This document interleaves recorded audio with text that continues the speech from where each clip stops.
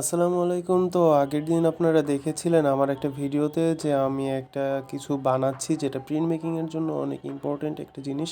তো সেটা আমার বানানো হয়ে গিয়েছে। এটা শুকানোর পরবর্তী ভিডিও আমি আপনাদেরকে দিচ্ছি। তো দেখতে পাচ্ছেন এটা শুকানোর পরে আমি এগুলোকে কেটে এটা বের করে নিচ্ছি। শুকানোর পরে এটা পুরোপুরি শক্ত হয়ে গিয়েছে। এটাকে সাধারণত আমরা গ্রাউন্ড বলে থাকি। তো দেখতে পাচ্ছেন আমি এটা সম্পূর্ণ বের করে ফেলেছি। তো তারপরে আমি দেখাবো এটা আসলে আমাদের কি কাজে লাগে, আমরা কি কাজে এটা ব্যবহার করে থাকি। তো আমি এখানে একটি স্টিল প্লেট নিয়েছি এবং সেটাকে হিট দিচ্ছি।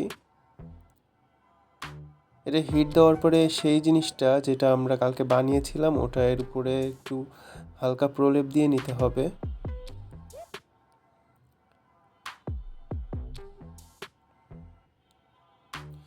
তারপরে দেখুন রোলার দিয়ে সুন্দর করে রোল করে এটাকে প্লেটের সমস্ত জায়গায় লাগিয়ে নিতে হবে ভালো করে।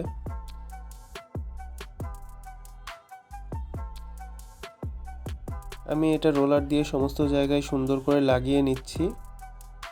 তারপরে আমার প্রিন্ট মেকিংয়ের জন্য প্রয়োজনীয় প্লেটটি তৈরি হয়ে যাবে।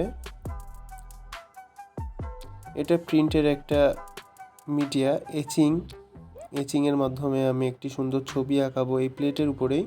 তার ভিডিওও থাকবে, আপনারা সময় মতো ভিডিওটি পেয়ে যাবেন। আজকের মতো বিদায় নিচ্ছি, আল্লাহ হাফেজ।